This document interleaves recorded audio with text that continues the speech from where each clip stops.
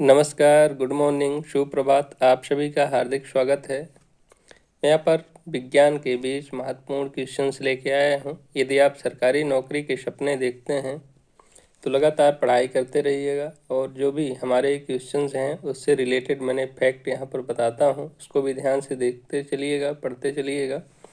चलिए स्टार्ट करते हैं। उसके पहले रख हौसला, वो मंजर भी होगा, प्यासे के पास चलकर समंदर भी होगा, थक कर ना बैठे मंजिल के मुसाफिर, मंजिल भी मिलेगी और मिलने का मज़ा भी होगा।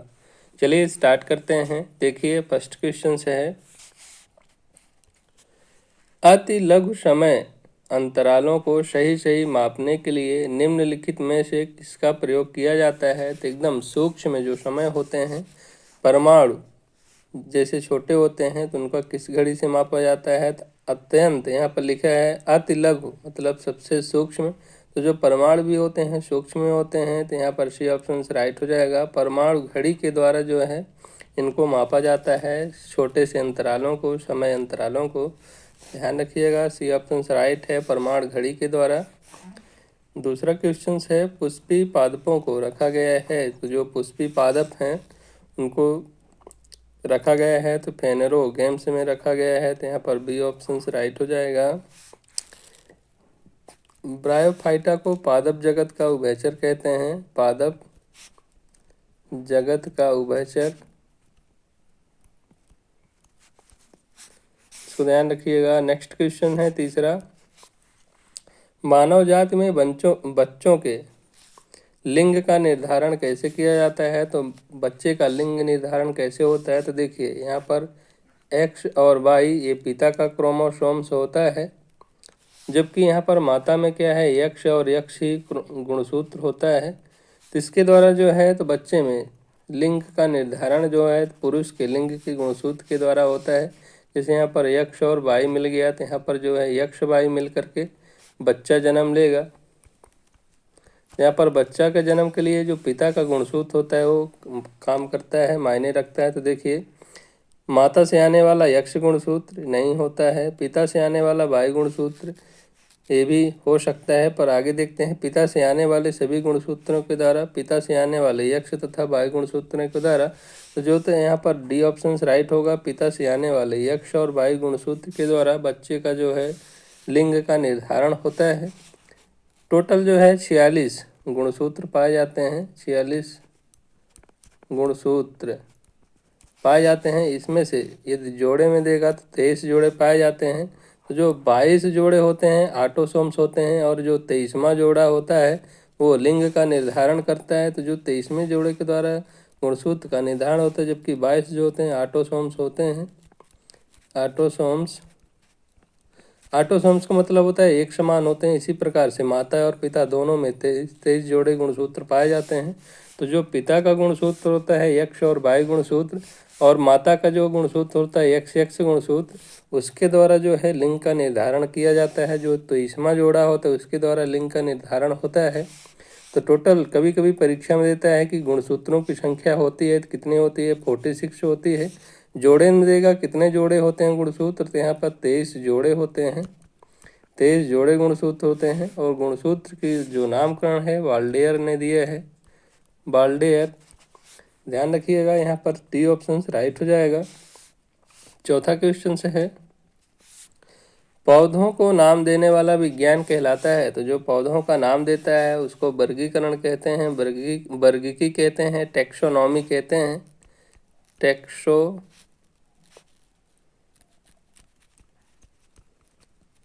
कहा जाता है, वर्गीकी कहा जाता है। तो यहाँ पर डी ऑप्शन राइट हो जाएगा। और वर्गीकी के जनक जो हैं कैरोलस लीनियस जी हैं, लीनियस।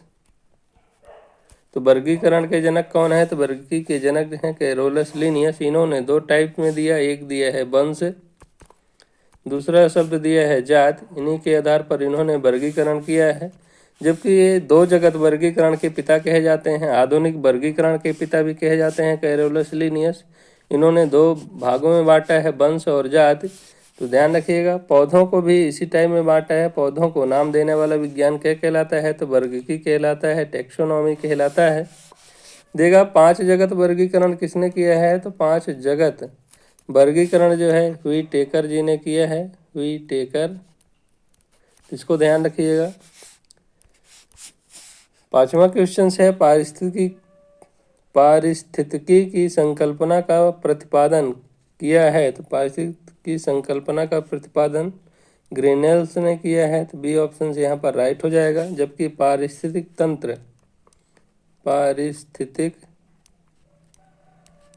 तंत्र की खोज जो है एजी टांसले जी ने किया है, एजी टांसले।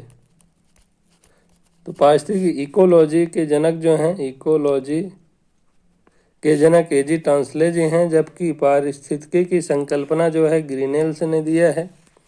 6ठा क्वेश्चन से है स्कूटर के आविष्कारक हैं, तो स्कूटर के आविष्कारक कौन है, तो जी ब्रॉडशा जो हो जाएंगे स्कूटर के आविष्कारक हैं, जी ब्रॉडशा।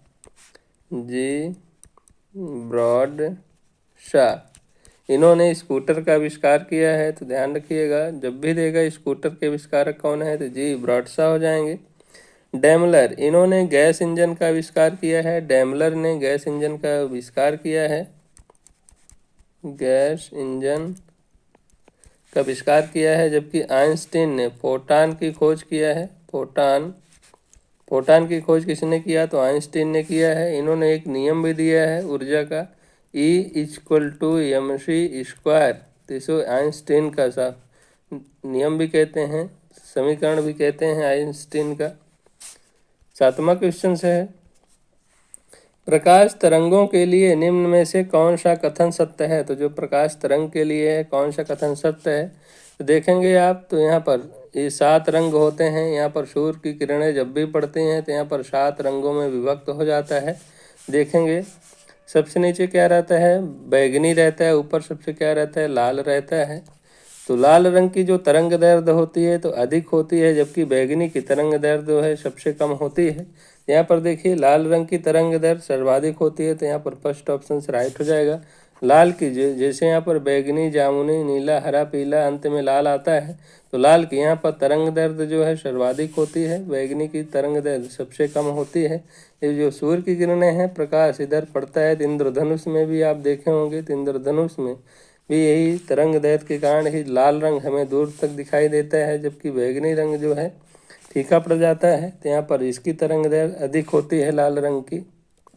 8वां क्वेश्चन है जब पानी की बाल्टी काफ़ी तेजी से ऊर्ध्वाधर वृत्त में घुमाई जाती है तब पानी बाल्टी से उसकी उच्चतम स्थिति से भी नहीं गिरता है, क्योंकि जो उसमें जो बाल्टी है, ये मान लीजिए बाल्टी है, इसमें क्या है पानी रखा हुआ है, और इसको आप पकड़ करके एकदम से घुमा रहे हैं, तो इसमें ऊपर जाने पर भी जो ये बाल्टी है यहाँ आने पर भी क्या है पानी नहीं गिर रहा है। इस पर जो अपकेंद्री बल जो लग रहा है तो अधिक लग रहा है, वजन से अधिक होता है, तो यहाँ पर फर्स्ट ऑप्शन से राइट हो जाएगा। अपकेंद्री बल पानी के वजन से अधिक होता है, जिसके कारण जो है पानी नीचे की ओर नहीं गिरता है, यही कारण है अपकेंद्री बल के कारण। 9वां क्वेश्चन से है निम्न में से विद्युत का सबसे अच्छा चालक है, तो विद्युत का सबसे अच्छा चालक कौन सा होता है, तो यहाँ पर देखिए चांदी दिया नहीं है, क्योंकि चांदी जो होता है सबसे अधिक चालक होता है, तो यहाँ पर कॉपर जो है राइट आंसर होगा। कॉपर जो है विद्युत का सबसे अच्छा चालक है।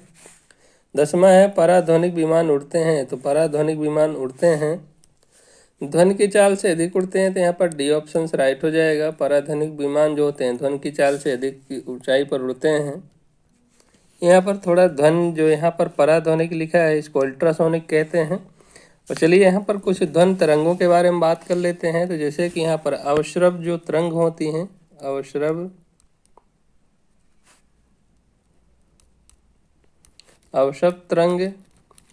अवश्रव तरंग जो होती हैं 20 हर्ट्ज से ये कम की होती हैं, 20 हर्ट्ज से कम की तरंगें होती हैं, नीचे होती हैं, इसको अवशव तरंग कहते हैं।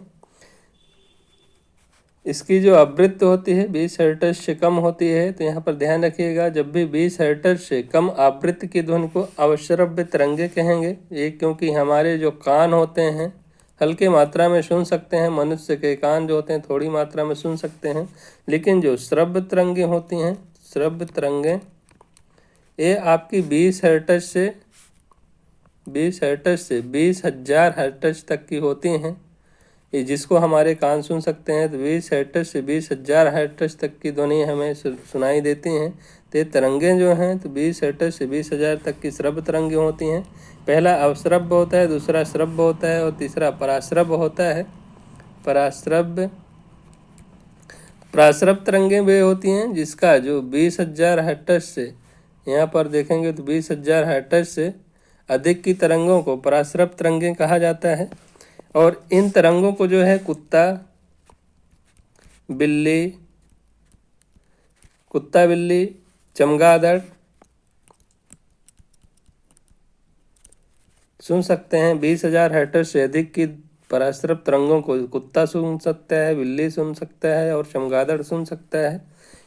और इसका जो पराश्रव्य तरंगों का प्रयोग है संकेत भेजने में किया जाता है, समुद्र की गहराई का पता लगाने में किया जाता है, वायुयानों तथा घड़ियों के पुर्जों को साफ करने में किया जाता है, कारखानों में चिमनियों से कलिक हटाने में किया जाता है। तो इन सबको ध्यान रखिएगा।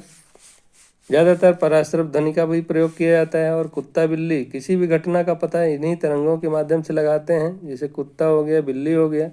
कुछ भी संकेत मिलते हैं पृथ्वी से, पृथ्वी का कंपन इनको पहले ही सुनाई देता है। कभी कभी परीक्षा में देता है कि जो पराश्रव्य तरंगे हैं, तो जो कुत्ते बिल्ली होते हैं किसी भी घटना का इनको पता कैसे चल जाता है, तो पराश्रव्य ध्वनि के कारण ही इनको पता चलता है। जबकि मनुष्य जो है तो सिर्फ 20 हर्ट्ज से 20,000 हर्ट्ज के नीचे की ही तरंगों, बीच की ही तरंगों को सुन सकता है, तो इनको श्रव्य तरंगे कहते हैं। चलिए आगे देखते हैं। 11वां क्वेश्चन है, लेंस की क्षमता का मात्रक होता है। तो कई बार मैं बता चुका हूँ, लेंस की क्षमता का मात्रक डायोप्टर होता है। यहाँ पर बी ऑप्शन राइट हो जाएगा। P = 1/f होता है। P जो है पावर ऑफ लेंस होता है, F जो है फोकस दूरी होती है। फोकस दूरी लेंस की क्षमता का क्या है, व्युत्क्रमानुपाती होता है। ल्यूमेन जो है ज्योति फ्लक्स का मात्रक होता है, ज्योति फ्लक्स का मात्रक ल्यूमेन होता है। 12वां है, कैल्शियम कार्बाइड पर जल की प्रतिक्रिया द्वारा कौन सी गैस उत्पन्न होती है। तो कैल्शियम कार्बाइड पर जल की H2O की क्रिया के द्वारा कौन सी गैस बनती है। तो C2H2 गैस बनती है, एथिलीन गैस बनती है, एसिटिलीन गैस बनती है। तो यहाँ पर देखेंगे तो डी ऑप्शन राइट हो जाएगा, एसिटिलीन यहाँ पर गैस बनेगी और आपका कैल्शियम हाइड्रोक्साइड बनेगा। तो ध्यान रखिएगा, जब भी देगा कैल्शियम कार्बाइड पर जल की क्रिया होगी तो कौन सी गैस बनती है, तो एसिटिलीन गैस बनती है, एसिटिलीन। यहाँ पर आपका डी ऑप्शन राइट हो जाएगा। मेथेन का फार्मूला होता है CH4, एथेन का होता है एथेन C2H6 होता है, एथिलीन का C2H4 होता है और एसिटिलीन का आपका C2H2 होता है। तो ध्यान रखिएगा। 13वां क्वेश्चन है, निम्नलिखित में से कौन सा प्राणी स्तनधारी नहीं है। तो स्तनधारी जो बच्चों को नहीं जन्म देता है, तो जो बच्चों को जन्म नहीं देगा वो स्तनधारी नहीं होगा। तो देखिए, मनुष्य भी देता है, चमगादड़ भी देता है, व्हेल भी देता है, लेकिन यहाँ पर जो मछली है अंडे का जन्म देती है, तो स्तनधारी नहीं है। तो यहाँ पर फर्स्ट ऑप्शन से राइट हो जाएगा।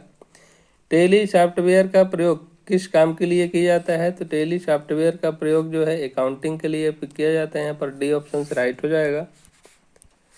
15वां क्वेश्चन है, वैश्विक तापन के फलस्वरूप हो सकता है। तो वैश्विक तापन के फलस्वरूप जो है तापमान जो बढ़ेगा तो क्या होगा, समुद्र तल में वृद्धि होगी, राइट है। फसल के स्वरूप में परिवर्तन होगा, ये भी सही है। तट रेखा में परिवर्तन होगा, जो समुद्र की तट रेखा है उसमें पानी का जो स्तर है बढ़ जाएगा। तो यहाँ पर डी ऑप्शन राइट हो जाएगा उपरोक्त सभी। चाय में लाल रस्ट रोग किसके कारण होता है। तो चाय में लाल रस्ट रोग जो है हरे शैवाल के कारण होता है। तो यहाँ पर डी ऑप्शन राइट हो जाएगा। लाइकेन जो है कवक और शैवाल के बीच जो है दोस्ती का प्रतीक है, शैवाल का मिश्रण है, इनके बीच पाया जाता है, संयोजक कड़ी होता है। कवक और शैवाल के बीच की संयोजक कड़ी होता है लाइकेन। और लाइकेन एक अच्छे वायु प्रदूषक का सूचक होता है, वायु प्रदूषक का सूचक होता है। जहाँ पर सर्वाधिक वायु प्रदूषण रहता है वहाँ पर लाइकेन्स की अनुपस्थिति रहती है, लाइकेन वहाँ पर नहीं पाया जाता है। और कवकों की जो कोशिका भित्ति होती है काइटिन की बनी होती है। तो ध्यान रखिएगा। 17वां क्वेश्चन है, निम्नलिखित में से गैमेक्सिन का नाम नहीं है। तो गैमेक्सिन देखिए C6H6Cl6 इसका फार्मूला होता है गैमेक्सिन का। देखिए DDT ये तो होगा नहीं, DDT। BHC बेंजीन हेक्साक्लोराइड, तो बेंजीन हेक्साक्लोराइड ये है यहाँ पर। 666 ये भी सही है, लिंडेन भी सही है, तो यहाँ पर जो फर्स्ट ऑप्शन है ये राइट हो जाएगा। DDT ये नहीं है, डाइक्लोरो डाइफेनिल, तो ये जो है तो आपका नहीं है। ट्राइक्लोरो यहाँ पर ये वाला फर्स्ट ऑप्शन से नहीं होगा, तो यहाँ पर ये तीनों ऑप्शन से ही राइट हैं। तो यहाँ पर गैमेक्सिन का नाम पूछा था कि नहीं है, तो फर्स्ट ऑप्शन से राइट हो जाएगा। गैमेक्सिन का ये फार्मूला होता है C6H6Cl6। 18वां है पानी में हवा का बुलबुला कैसे काम करेगा, जैसे करता है पानी में हवा का बुलबुला अवतल लेंस की भांति काम करता है, तो यहाँ पर डी ऑप्शन से राइट हो जाएगा। 19वां क्वेश्चन है हवाई जहाज में फाउंटेन पेन से स्याही बाहर निकल आती है क्योंकि, जैसे मान लीजिए आप पेन रखे हैं और ऊपर उड़ रहा है, तो ऊपर जो है इसका जो स्याही है नीचे की ओर गिरने लगती है। तो ऊंचाई बढ़ने से वायुदाब में कमी आती है, ऊंचाई बढ़ने से वायुदाब में वृद्धि होते हैं, ऊंचाई बढ़ने से वायुदाब अपरिवर्तित रहता है। तो ऊंचाई बढ़ने से जो है वायुदाब जो होता है कम होता है, इसके कारण जो पेन से स्याही गिरने लगती है, तो फर्स्ट ऑप्शन राइट हो जाएगा। ऊंचाई बढ़ेगी तो वायुदाब जो प्रेशर होता है हवा का वो कम हो जाएगा, जिसके कारण यहाँ पर जो है स्याही नीचे गिर जाएगी। 20वां क्वेश्चन है सेरिब्रम किससे संबंधित है, तो सेरिब्रम मस्तिष्क का भाग है। यहाँ पर जो है आपका सी ऑप्शन राइट हो जाएगा। सेरिब्रम मस्तिष्क का भाग होता है और ये अग्र मस्तिष्क का भाग है। अग्र मस्तिष्क एक होता है सेरिबेलम, सेरिबेलम ये जो होता है सेरिबेलम पश्च मस्तिष्क का भाग होता है। तो ध्यान रखिएगा सेरिब्रम दिया है तो अग्र मस्तिष्क का भाग है, ये मस्तिष्क का भाग होता है। और जो हाइपोथैलेमस होता है, हाइपोथैलेमस इससे भूख और प्यास का नियंत्रण होता है। भूख, प्यास, ताप इन सब का नियंत्रण हाइपोथैलेमस के माध्यम से किया जाता है। तो ये हमारे 20 क्वेश्चन थे, आपको कैसे लगे कमेंट करके ज़रूर बताइएगा। और पहली बार वॉच करें प्लीज़ सब्सक्राइब जरूर करिएगा चैनल को, लाइक करिएगा वीडियो को, शेयर करिएगा दोस्तों के साथ जितना हो सके। तो मिलते हैं नेक्स्ट MCQ में, तब तक के लिए बाय, जय हिंद, वंदे मातरम।